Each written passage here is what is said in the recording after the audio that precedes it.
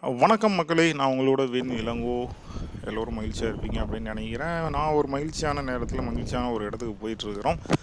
நம்ம தமிழ்நாட்டில் இருக்கக்கூடிய ஒரு தீவு, ஒரு அழகான தீவு, ஒரு கோவில்கள் நிறைந்த ஒரு பகுதி, அது சுற்றிலும் கடல் நிறைந்த ஒரு பகுதி, அணுகுண்டு விஞ்ஞானி, அதாவது ராக்கெட் அப்படின்னா நமக்கு டக்குன்னு ஞாபகம் வர்ற அப்துல் கலாம் ஐயா பிறந்த ஊரான ராமேஸ்வரத்துக்கு தான் நம்ம போயிட்டுருக்கிறோம்.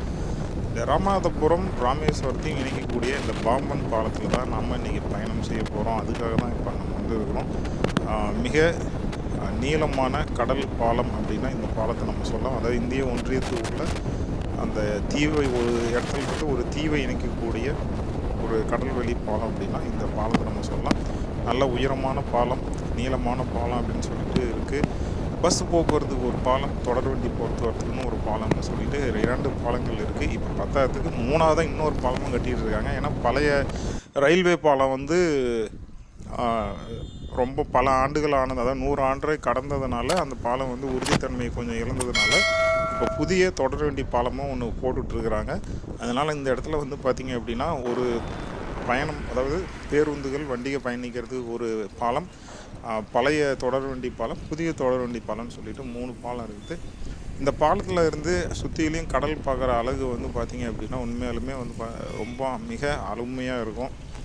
ரொம்ப தூரம் வந்து பார்த்திங்க அப்படின்னா கடலை வந்து நம்ம அழகாக பார்க்கலாம். அப்படியே அந்த நீல நிறம் போர்த்திய அழகான அந்த கடலை பார்க்குறதுக்கு நமக்கு வந்து கண்கள் வந்து போதாதுன்னு சொல்லலாம். அந்தளவுக்கு வந்து இந்த பாலத்திலேருந்து அங்கே பார்க்குறதுக்கு நல்லாயிருக்கும்.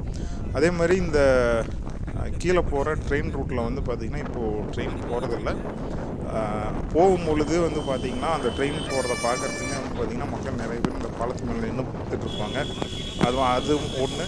அது இல்லாமல் கப்பல் அந்த வழியாக போகும் பொழுது அந்த பாம்பன் நடுவில் பாலத்தில் இருக்கும் இல்லைங்களா, அந்த பாலம் அப்படியே மேலே தூக்கி இறக்கிறத பார்க்குறதுக்கும் ஒரு மிகப்பெரிய மக்கள் கூட்டம் வந்து அதை பார்த்து ரசிக்கிறதுக்குன்னே வருவோம்.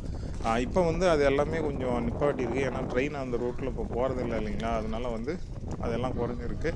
ஆனாலும் மக்கள் இயற்கையை ரசிக்க அந்த பாலத்து மேலே நின்று அந்த கடலை எல்லாத்தையும் பார்க்குறதுக்கு நிறைய மக்கள் அங்கே போயிட்டு வந்துட்டு தான் இருக்கிறாங்க. நானும் அதே மாதிரி தான் ஒரு நாள் வந்து பார்த்திங்க அப்படின்னா போயிட்டு அழகாக நான் அந்த பாம்பன் தூக்கு பாலத்துக்கு பக்கத்தில் அந்த மேலே நின்று அப்படியே சுற்றிலையும் இருக்கிற கடல் அழகையெல்லாம் ரசிச்சுட்டு நேராக ராமேஸ்வரத்துக்கு உள்ளே போயிட்டு அப்படியே சுற்றிட்டு வந்தோம். அதனுடைய காட்சிகள் தான் நான் பதிவாக உங்களுக்காக கொடுத்துட்ருக்கிறேன்.